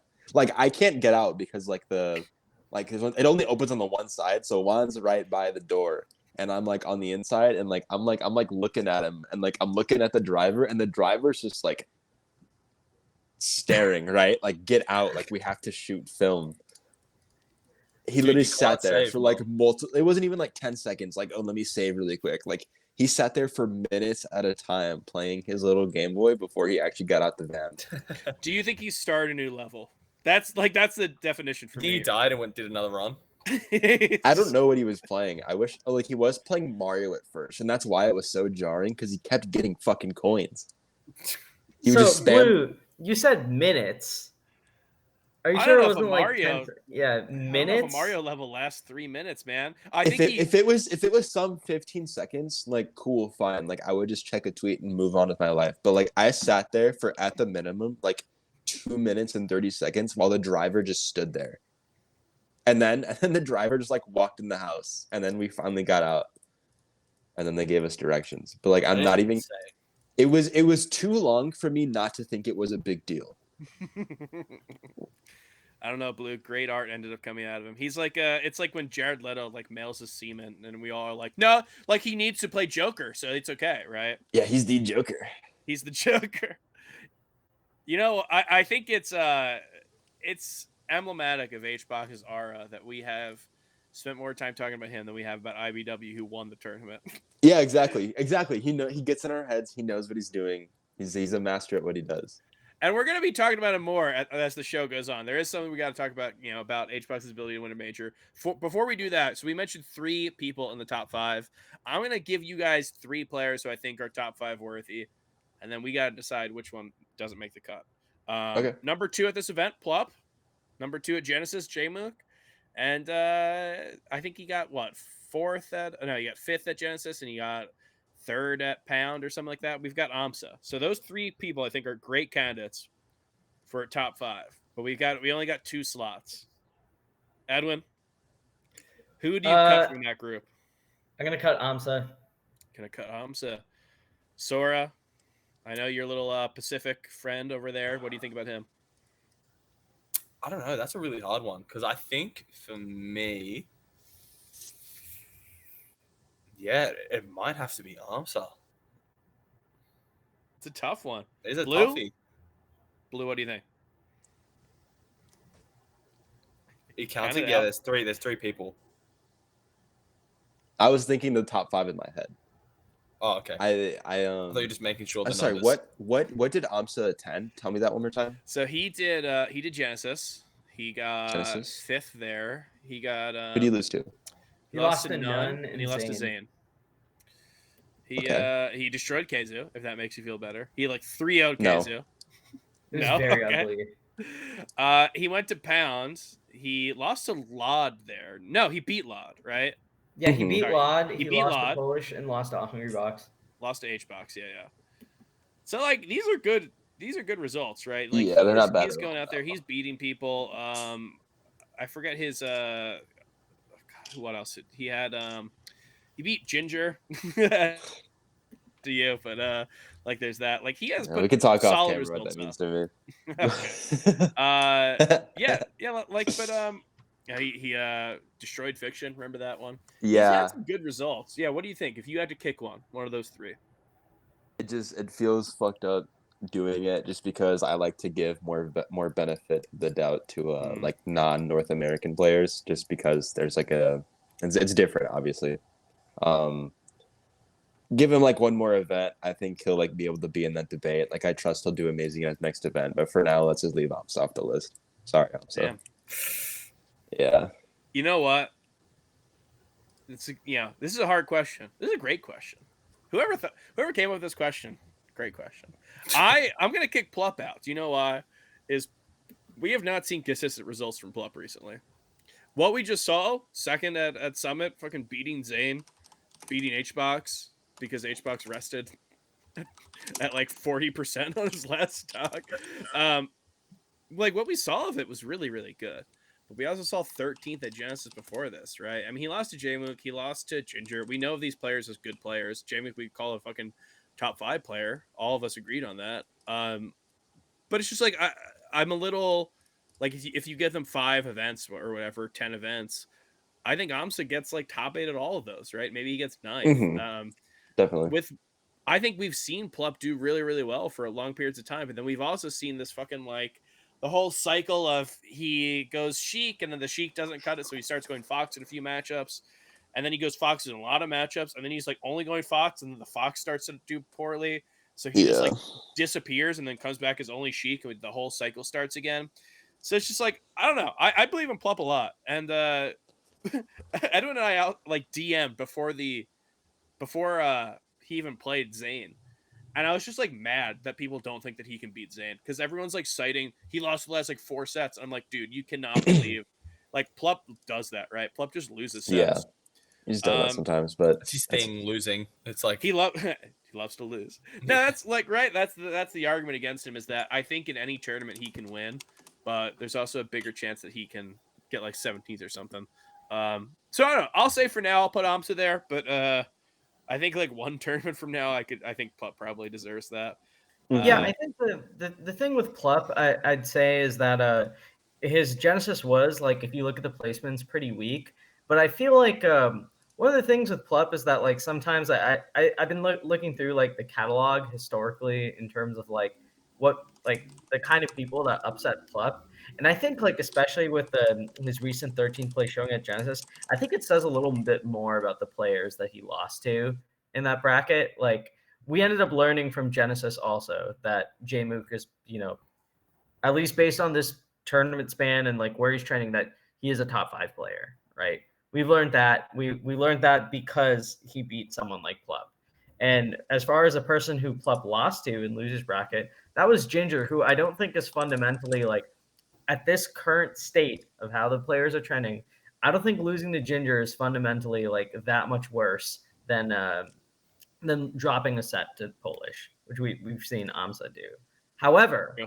I think Plup going 2-0 against Laud, I think him taking a set off Zain, I think him splitting sets with Hungrybox, who we have seen, I know it's been a while since like they used to play in tournament a lot regularly, but Hungrybox has been a career demon for Plup consistently. If he can turn that around and start going back and forth with Hungrybox, that's a very good sign for his future prospects. Did Plup beat Jmook too at Summit? Plup matches up with the Okay. top 10. I think he's got a great matchup spread. Edwin, what did I DM you halfway through game 4 on Battlefield of Plup Hbox? I told you he was losing that set. Yeah, I've seen him lose. Like he has the upper hand, and then he's like, "It's game 5 on FD. Plup's got this." I've seen that so many times. I've seen it too many times. I know how it goes. No, I think that's a good call. Yeah, I don't know. Plup probably seems like I think Plup's more likely to go further. Amsa just seems really consistent right now, but Plup gets in those areas where he tends to be really consistent. So yeah, I don't know. I'd like to see more of it. But hey, speaking of HBox, speaking of Plup's ability to go further in bracket, can HBox do it all? Right, that's the kind of the question. We call HBox top 3, top 2, whatever. I think Blue, I think I told you this, where HBox sat next to me. He put down his fish tacos. He sat down. He said he's number 2 in the world. He ate the fish out of his fish tacos, and then he left his trash. Did I tell you that? No, but like you didn't even need to tell me. I probably could have guessed that would have happened. So, yeah, right. Like, I could have told you that would have happened before it even happened. Yeah. Yeah. Given enough opportunities, he will do this to you. No, so like there's very clearly he knows he's doing well. Everyone else knows he's doing well, but do we have the confidence that he's actually able to win it all, right? As a top 3 player, which a lot of people contend him to be, can he win a major? Can a top 3 player win a major? Edwin, gotta ask you. Do you think HBox can win a major? Yeah, not only can I think he win a major, just given how the field is shaping up, I think I was wrong in what I wrote about him. Before Summit, I said that I don't take Hungrybox's chances of winning a major seriously because I don't think he's going to beat Zain anytime soon. I think Zain is one of the hardest opponents he's ever had.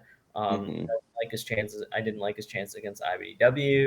I think that if we see Wizaro get back into the fray, I think that's someone that's terrifying for HBox. Yeah, and I was not buying the hype on what his strengths were in a given bracket.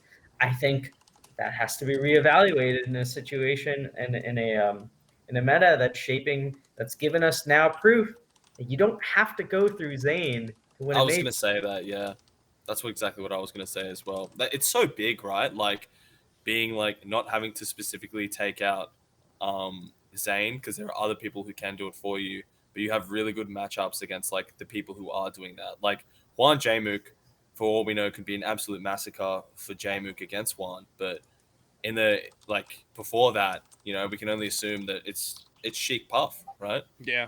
Like more than likely, it's going to be him who takes it. We also have like IBDW and like Plup, who are like both fantastic. Plup could have beaten Cody, like, you know, it was so close, right? It was a game 5. And then we see that Juan can be Plup. It's just like, it's not gone, you know, especially with Juan beating Mango as well. It's just like more, all it just takes is just like one good bracket, you know, and it's just his. So yeah, that's kind of where I'm at right now, is that I think HBox can win a major because we've seen that you don't need to beat Cody, you don't need to beat Zain to win a major. I don't think he's third most likely to win a major, right? Like, you talk about how this opens up all these opportunities for people to win, but you give, I mean, you give me Jmook, you give me you give me Leffen. If Leffen makes his way to grand finals, I think he's a better shot of winning than HBox does. I think he's got a worse shot of getting to grand finals, right? I think that HBox's like path to winners finals to grand finals is easier. But like, I don't know. If HBox finds himself in a world where he's in grand finals, his two most likely opponents are going to be Zain and Cody, who I think are his two hardest opponents. And Edwin, I think you're right. Wizzy, we have yet to see him. If he plays like he did before, I think he's going to be hard. And there's just all these other things, right? Like the blocks that he faces, I think are going to be harder than the blocks that like Jmook faces, right? Who are Jmook's two scariest people? Probably HBox and Slug. I don't know. Like, just like, you know, maybe the Foxes. He's like beat the Foxes though, so it's like clear that he can do it. Yeah, like Apparently Mango is hard for Jmook. I mean, you think that we continue to see Mango as a demon for Jmook, right? Like, imagine all the people you see in grand finals. I think Jmook's more comfortable to play those people on the other side of grands than HBox is. I still think HBox can win it, but I don't. Yeah, I mean, I think that he's not extremely likely to win compared to other people, right? Like at the end of the year, sure, if he wins a major, that's not surprising to me. But I think there's a couple people who probably have better chances at the time. I think there's a fifth opinion we didn't take in. That's someone who's in this room right now who will tell you if Juan can win a major or not. He's not ready to answer it, but there's just to let me know there's an ethereal force screaming Juan in my ear. Is that what you've been waiting for? Yeah. Is that what you've been waiting on to say? Yeah. I'm just. Wow. He's in the room with us right now, dude. See, I'm getting chills. This is scary. I'm getting chills. It is very scary. That's how I feel whenever I see Juan hit the up throw as well. You know what I'm saying? True. Yeah. True. It is a very scary prospect. Yeah. I have a question, and I know it's not on the list. Do we think Jmook can win a major? I think Jmook can win a major. I haven't seen anything to say that he can't, right? We think that HBox is going to be hard, sure. But, like, I don't think he needs to play HBox. Or I think he can get to grands. Yeah, I think if we're considering HBox, Jmook is in the picture, absolutely. I think Jmook has a better chance. He beat Cody. Is that, you know, can he keep doing that? Maybe. He beat Zain. Cody and Zain, yeah. Yeah, like, he beat both of the two people who I think are number 1 and 2 in the world. Both people who are more likely to be in grand finals than any other player. He beat Leffen, who kind of stomped HBox. Yeah, like, he's got a path. He's got a path that I don't think is as hard as HBox's path. I think HBox can, you know, he had, I don't want to say an easy bracket, but he's got like a bracket that like is like perfect for him, right? Yeah. He's beaten Plup before. Plup has never really like been a super demon for him for an extended period of time. Mango does not know what to do versus HBox right now. Like, he had a bracket that it allowed him to get there. But like, there's, you know, Battle of BC. If he goes to that, that has Zain, that has Wizzy, that has Cody. Like, I'm starting to think he could get 5th at that, right? He could get 7th. Like, there's a lot of ways that could pan out. I think Jmook, if Jmook, like, you throw him in a lot of brackets, I don't think he's as worried about what his path is. Maybe that's insane. Maybe we're all just like in a honeymoon period. No, Oh, I I agree. love it here. I love agree it with here. you, Cameron's gonna 100%. beat So Jmook warm. or something at like his next major. Dude, it's gonna be Zuppy. Zuppy's gonna beat Yeah, Jmook, Zuppy and or then like Cameron are just gonna like beat him or something. we're all just gonna be like, Hopefully someone takes him down. You know, I can't take it anymore. I hate it. eventually. I hate it. I'm so sick of losing to Sheik, dude. It's gonna be like Amrak versus Jmook in best of 3, and we're gonna see Amrak take game 1 or some shit. Amrak, you reckon? It's gonna be Canadian. That's so funny. It's got to be a Canadian. I reckon Amrak's got it. That's SA Nick's boy. Yeah, but I thought his boy was Hbox. Look, Nick, a man of many boys. Yeah. True, very true. Hey, I'm not about to say how many boys one can have. Yeah, I was gonna I'm say. not about to Yeah, I'm not gonna put a boy limit on there. Yeah, you can't do that. Good. I do have to leave, but I do want to say thank you so much for all of this. I had a really good time. It was fun. Yeah, of course. No, I know. I mean, it was great. It was great talking to you, Josh. Thanks for coming on. Yeah, I thanks know for that coming we on, got you on this is a big day. Like you're still there. You've got a lot going on, so I appreciate you being on. It's super fun. No, it's to okay. hang out. I apologize for having to leave it early. It's just Yeah, old fun, huh? Yeah, it's all good, man. But before that, can I have one Patreon question? Yeah. Here I got you. This is a good one. So this is from Chape, the mythical Chape. What do you do to keep improving in an isolated region, and how do you keep yourself motivated? I just practice solo a fuck ton, to be honest, and Mhm. I watch a lot of. I watch Melee like when I'm like at home, pretty much like not exaggerating, like 6-7 hours a day. Like it's always on. It's either on. It's on when I'm sleeping. It's on in like another monitor. Like it's always on. So I'm always passively absorbing the game. And like whenever I look at the screen, I'm bound to see a moment I haven't seen before. And I'd be like, oh, yoink, and just like put that in my brain. And then like when I see a situation that confuses me, Uncle Punch is just so cracked now, where I'm just like, I'm gonna make the little CPU man do the little dance, and then I'm gonna try to beat the little dance, or like attack it in different ways. Because like one thing that people in isolated regions can get really obsessed with is only having one solution to a problem. While I feel like it's really important to have multiple, so you can always be ambiguous about whether you're like going to defeat it in that way or not. You know what I mean? It's a bit hard to articulate. I understand. I Yeah. think we had a cool talk about Yeah, we did for sure. You were there with None, talking about all types of motivation, everything like that. I think you've got a good outlook on it, and I think that Thank a lot you. of people who are in your situation wouldn't have that same, like. It's fucking tough, dude. It's so rough. Mm-hmm. But no, I really appreciate it, and I hope you guys have a good stream. Is that what's happening? Yeah, we're live. We're live. Yeah, twitch.tv/melee-stats. What a fan you are. Me? I just thought it was a YouTube video. Oh my goodness. It'll be out on YouTube. It's Sora, both. thanks for being around. I'm not gonna make you stick around any longer. I know you've Take got it easy, guys. a little We bit love of a you, Josh. roommate. So See you, I'll catch you around. See you. Bye, See you, Josh. Josh. And Blue, should I reveal you're little Mr. iPhone boy? Go ahead. It seems like your percentage is kind of dipping down low. Yeah, because I'm on you my iPhone. cannot. I got 3%. I left all my. I left it with my other Mm. Geo because I was out of town. So like my microphone, my webcam, and I had to use my phone today. Damn. Well, I appreciate you being on, even though the technological limitations No, thank you for are having me. abundant. It's been great. We got a It's been question awesome. for you before you go. Yeah. I know that because you're an iPhone user, you cannot both plug your and use your headphones. That is true. That is true. So we're just gonna get to the questions then. Yeah. We got one for you. This one, Edwin, do you wanna read the question? Yeah, this one's from Grab Blue. I don't know if you guys have ever met at an event, but I love Grab. They're awesome. yeah. So, what's the single biggest thing you learned at Summit? This is kind of like a blanket answer, or maybe just like not what you're looking for. I really just learned how much I actually don't know about this game. Damn. I learned that, like, I tried to be very self-aware, and I was like, you know what? I know like a little bit about the game. Like, I could tell you a few things. I cannot tell you a singular thing about this game. I can't. I would be wrong. You're in the Dunning-Kruger Valley now. Yeah, and unless I can talk to you like a Lod or a Leffen or a Zain can talk to you, I know nothing about this game.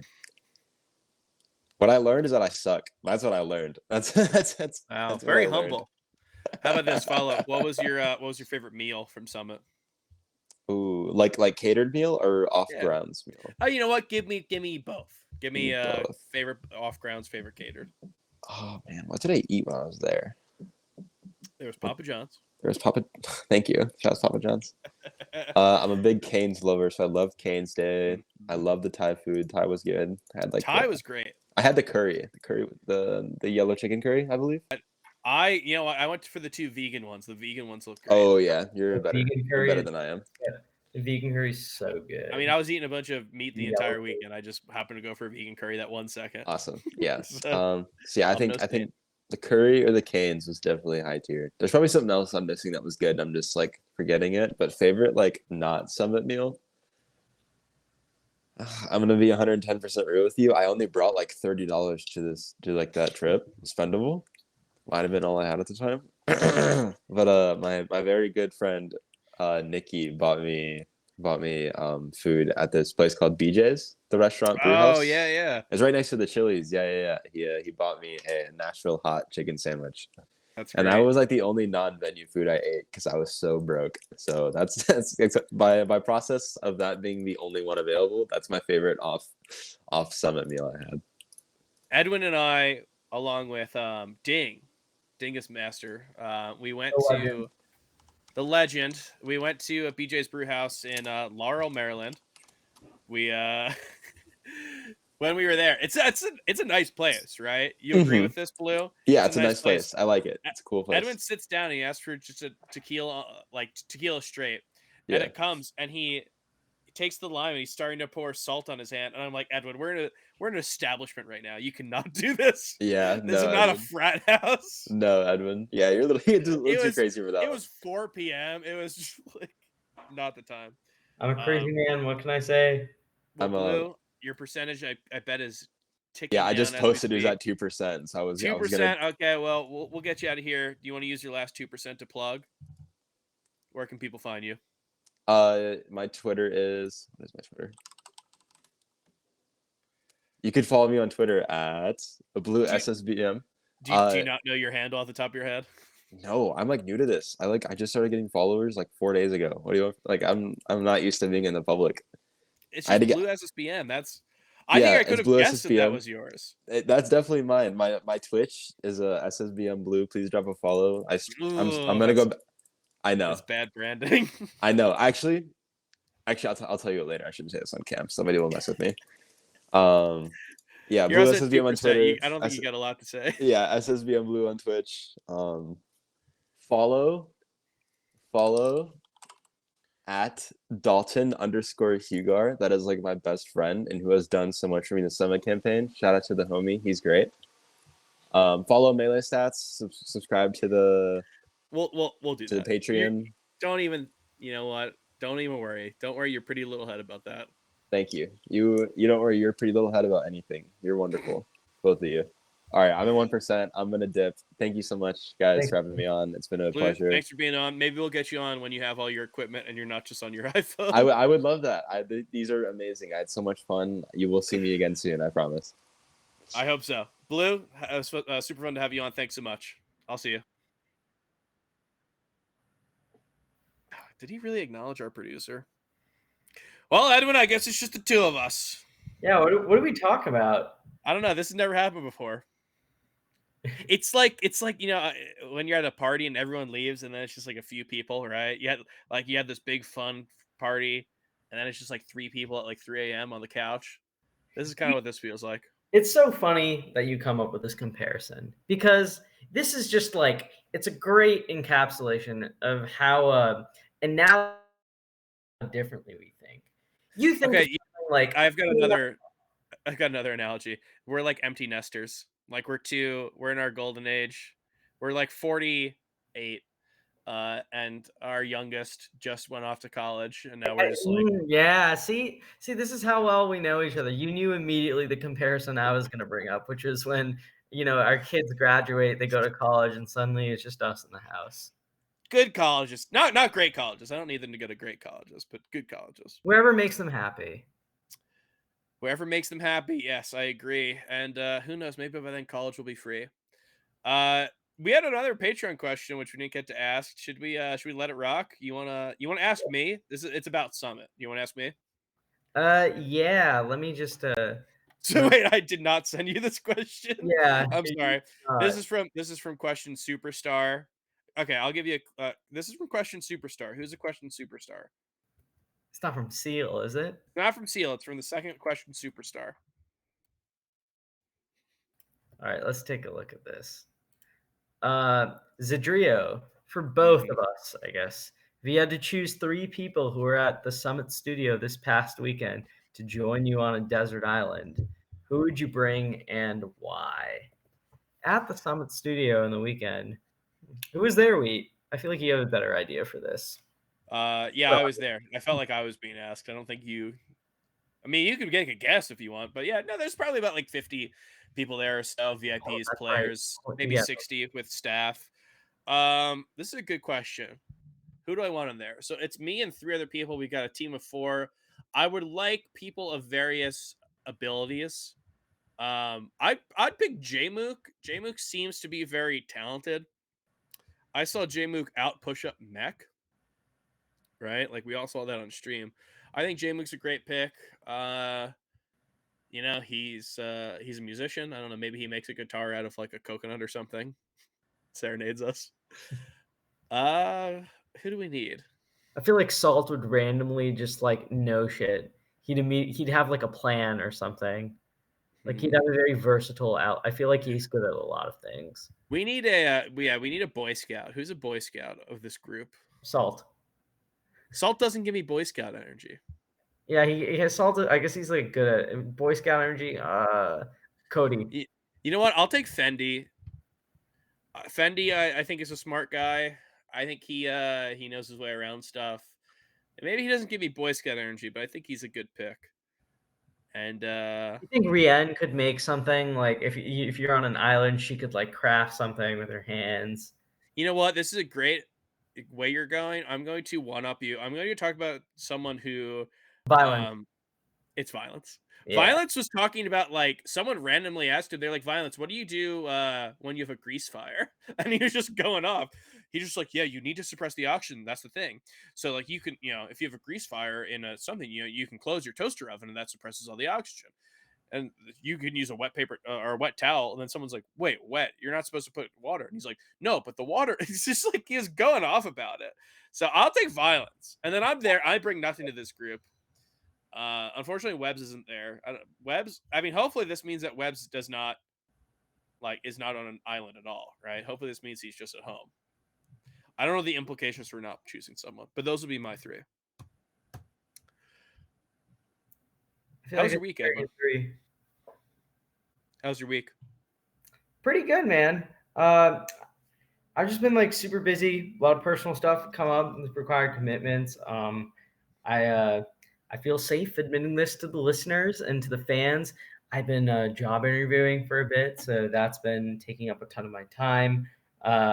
I've been also house hunting, which has been like a pretty stressful process. I won't go into the super nitty gritty, but yeah, I've been super busy on that. But Summit was great to watch. It was really fun knowing that Wheat was there. Although unfortunately, like on the back half of the weekend, that was a little stressful, kind of worrying if my friend was going to be all right and if all these other people I knew at the event were going to be fine. One thing I'll say, just like really quickly, we didn't get to talk about this like much with Sora and Blue, but I think that Summit 13 in some ways, the way that it handled the crisis of having a positive COVID case at the event, I think that's something that's going to be like part of it is going to be used as precedent for how future events deal with this kind of situation. And I think part of it also will kind of necessitate kind of open dialogue between organizers on like creating a game plan for what happens if COVID spreads in a convention center, or what happens if you have a positive case at your event, and where do TOs go from there.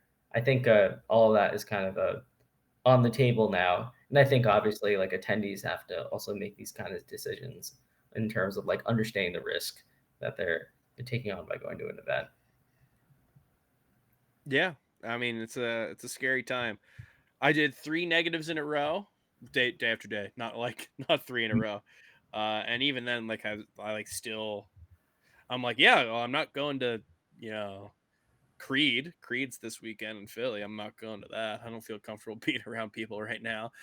Yeah, I mean it's there's a lot of talk about, you know, from VIPs, from other people there, about like what do you do about this, and I feel like we kind of know what's up with COVID, but we like don't really know everything. And a lot of this stuff, it's like, well, did people catch it here? People probably caught it from Function. People probably caught it from this before, you know. And I'm wondering, like, you know, there's not much you can do about schedule. There's only so many open weekends in a year, and there's people want to run stuff, and you're going to have issues. Mhm. But we're probably going to have people looking into maybe not doing week after week after week. You know, I don't know. It's a lot to think about, and you know, we're just kind of we're on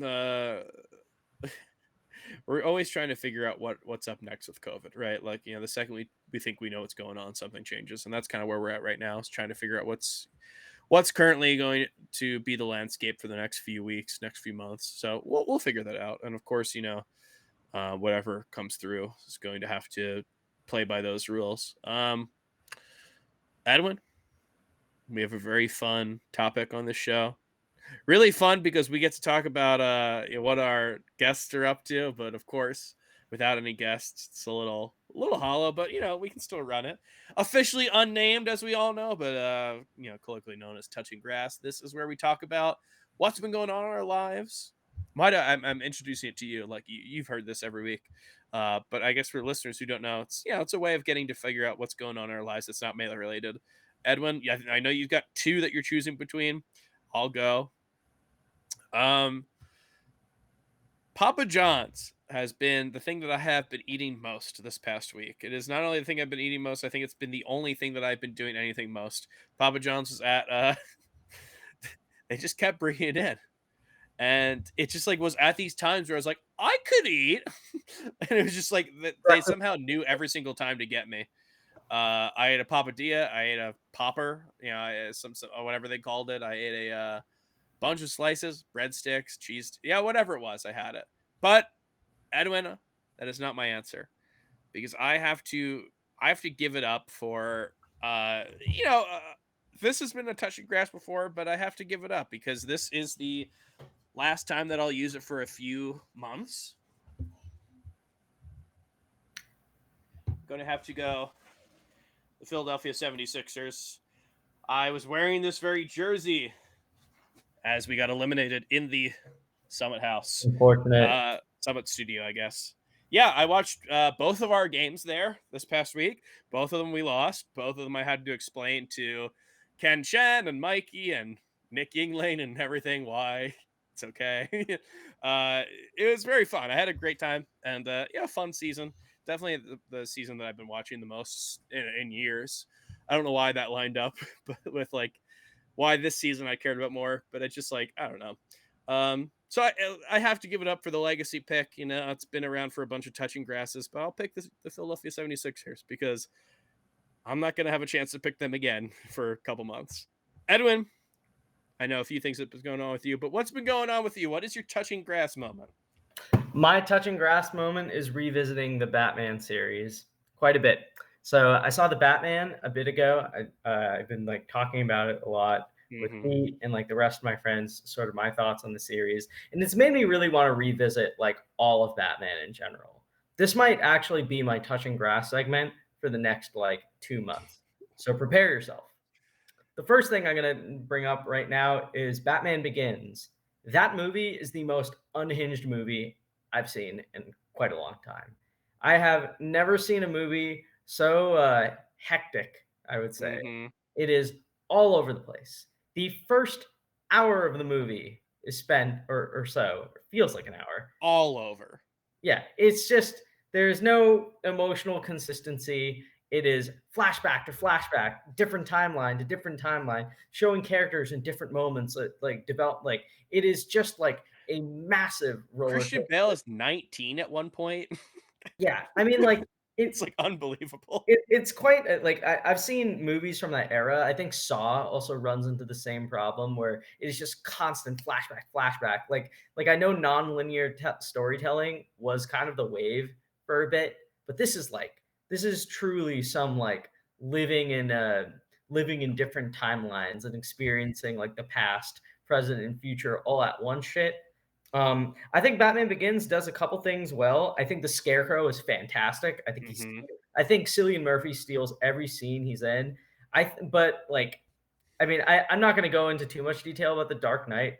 I think there's a lot of things that the Nolan trilogy does well. I'm going to watch the Dark Knight Rises next week, but I think that there's a lot of it that is very of the era, and there's a lot of it that just really doesn't like make sense. It doesn't build like a compelling world. There's not relationships at stake that I care about. It is just like pure like this is a thought experiment, and we're going to use Batman to explore this thought experiment. And Batman, that private investigator who's like dealing with the death of his parents and like has all these relationships across Gotham that like you get to see them develop. Actually, that's not Batman. Batman is a military contractor who he only works to stop terrorist attacks, and he doesn't actually like go through investigating crime scenes. He just knows something immediately, and you have to take his word for it because he's good and he's Bruce Wayne, and Bruce Wayne is rich and he's powerful, and your actions define who you are, not your character. But who you are lets you get away with a lot of bullshit, apparently. Like it's just the most unhinged, deranged, neoconservative series I've seen in my life. It's great. It's very good entertainment, but I cannot believe I grew up on this and it was seen as anything less than unhinged. It is wild. It's really nuts because I also watched the Batman. I watched it I believe it was just kind of serendipitous in my friend and I both wanted to see it. And we were both hanging out on the day it came out. So we saw it like right as it came out. And I really liked the Batman. And I was like, I think it does a lot of things really great. And it piqued my interest, and it had me very curious about those other Batman movies, which I mostly have seen. I saw almost all the Batman movies, but a lot of them had not been for years. So I watched the ones in the 90s. I watched all four of those, and then I watched Mask of the Phantasm, the animated. I think that had a theatrical release. Then I watched. Yeah, I mean, I watched Batman Begins. I watched Dark Knight, and it's impossible to find Dark Knight Rises legal and like streaming. So I have not watched that yet, but I will. Well, I'll find a way. Yeah, it's something that I would recommend to anyone who has a passing interest in rewatching those movies. Do it, because what they are is, oh my god, dude, they're so different than what I remembered when I was a kid. Right? Like Yeah, that was. the thing is, like, it was seen as gritty and realistic. And watching this, like, we're beyond the War on Terror era or whatever. This is not a realistic series. No. This series is so self-serious. It is so it's so like I can't even call it like gritty because it's pure just like paranoia beyond like the it's pure paranoia and fear through it. Like I think if you were to raise a child and you were to tell them, if you were to just like inundate them with insane level of like propaganda, the Dark Knight trilogy, at least so far, the first two movies is very effective at that. But if you like grew up, but like if I showed those movies to like someone from Gen Z, they'd be like, I don't get it. Doing this, or why can't Batman do this? Like, why does this have to be so complicated? Or like, why doesn't he just say this to someone else? There's a lot of things that the Nolan trilogy does best of all Batman movies. The music is fantastic. The music is just like it still sends like shivers down my spine. Like a lot of times the things they do best are not like Batman related, right? Like I think they're probably the best scripted. I think they're just like tightly the best scripted moments, like the prisoner's dilemma with the ships, I think is fantastic. Yeah, I just think that they're well written. I think they've got like aspects of that. But if honestly, maybe this is recency bias. I think the Batman had like it nails all of the like nebulous stuff, right? I think it's got a better Batman suit. I think the Gotham that the Gotham Batman Gotham. presents is the best Gotham. Yeah, Like the way that all the villains, like, it has like this like underbelly that like makes you feel like it's all connected and not like we're just like going to only see them for like a 2 hours of our lives or 3 hours of our lives or whatever.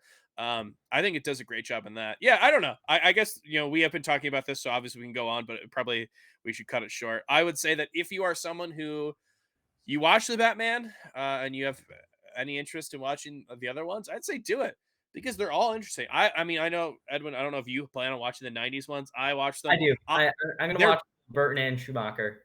They're good, and I will say they are very fun to talk about and think about.